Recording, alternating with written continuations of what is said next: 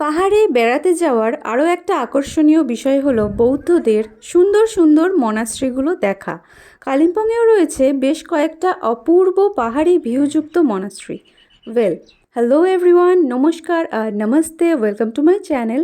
এই চ্যানেলে কালিম্পং রিলেটেড আরও ভ্লগ রয়েছে, সেগুলো দেখতে ডেসক্রিপশন বক্স অবশ্যই চেক করুন।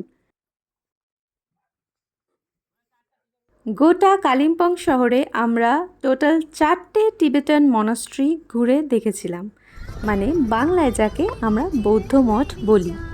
আর হ্যাঁ, একটা কথা তো বলাই হয়নি, আমরা কালিম্পংয়ের দেওলো হিলে যে হোটেলটায় ছিলাম তার কাছেই ছিল ভুটান হাউস। এই বাড়িটি বর্তমানের ভুটানের যিনি রাজা তাদের পরিবার মানে দর্জি রাজবংশের মালিকানাধীন। বলা হয় এটা নাকি বর্তমান ভুটানের রাজার ঠাকুমার বাড়ি। তবে হোটেল বুকিংয়ের সময় এটা আমাদের জানা ছিল না যে ভুটান হাউসের কাছাকাছি আমরা হোটেল বুক করছি। পরের দিন মর্নিং ওয়াকে গিয়ে দেখলাম, তো বলতে গেলে এটা একটা উপরি পাওনা ছিল। Okay, so let's get back to the topic. প্রথমে আমরা যে মনাস্ট্রিটায় গেলাম তার নাম গেডেন থারপাচলিং মনাস্ট্রি। 1912 সালে স্থাপিত এই বৌদ্ধ মঠ, পাহাড়ের গায়ে তৈরি সুন্দর ছোট্ট একটা বৌদ্ধ মঠ, যেখান থেকে গোটা কালিম্পং শহরটিকে দেখা যায়।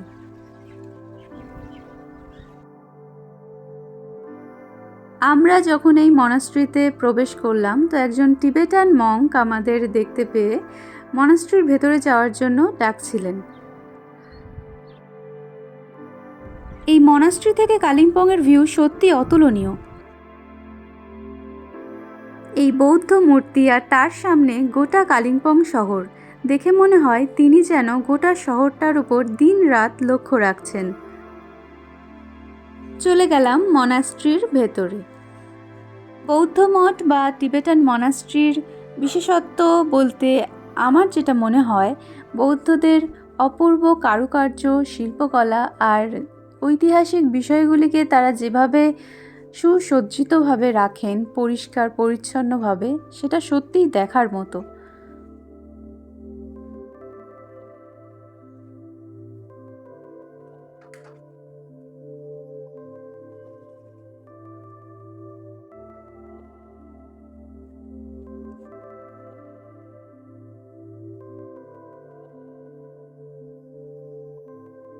যে টিবেটান মঙ্কটি আমাদের মনাস্ট্রির ভেতরে আসার জন্য ডাকছিলেন, তিনি তাদের এই দেবদেবীর ছবির মধ্যে আমাদের হিন্দু কী কী দেবতার সঙ্গে মিল রয়েছে সেটা ডিসক্রাইব করছিলেন।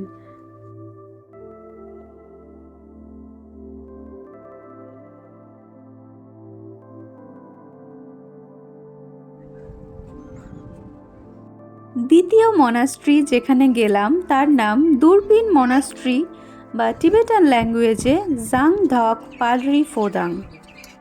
এই মনাস্ট্রি কালিম্পংয়ের one of the largest monastery. Durpin দ্বারা পাহাড়ের ওপর তৈরি এই মনাস্ট্রি ওয়েস্ট বেঙ্গলের নামকরা মনাস্ট্রিগুলোর মধ্যে একটি।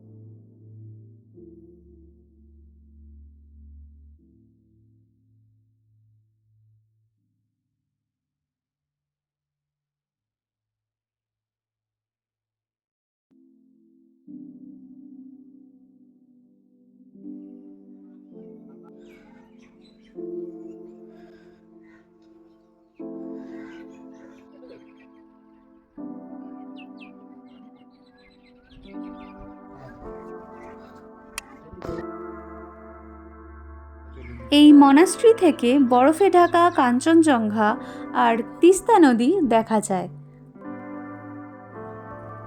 আমরা যে হোটেলটায় ছিলাম সেইখান থেকে 1.2 কিলোমিটার ডিস্টেন্সে একটা মনাস্ট্রি ছিল, আর সেটা মিস করলে তো একদমই চলে না। তো তৃতীয় যে মনাস্ট্রিতে গেলাম সেটা হলো সাক্য মনাস্ট্রি। প্রতিদিন আমাদের হোটেল রুম থেকে এই মনাস্ট্রির মর্নিং প্রেয়ার শুনতে পেতাম। ঘুম ভাঙার পর এই মনাস্ট্রির সেই ড্রামের আওয়াজ শোনা একটা আলাদাই অভিজ্ঞতা ছিল। মনাস্ট্রিতে ঢোকার রাস্তাটা একটু চড়াই ছিল। উঠে দেখলাম বিশাল বড় মনাস্ট্রির বিল্ডিং, ভিউটাও বেশ মনোরম।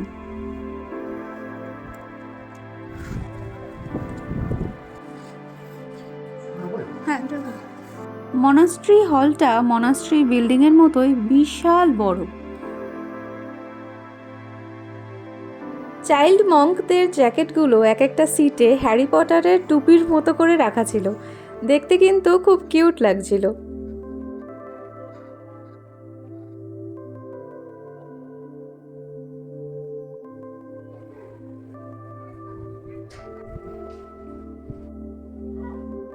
চতুর্থ যে মনাস্ট্রিটায় আমরা গেলাম সেটার ডিস্টেন্স কালিম্পং মার্কেট থেকে মাত্র 750 মিটার, মানে 4 মিনিটের ডিস্টেন্স।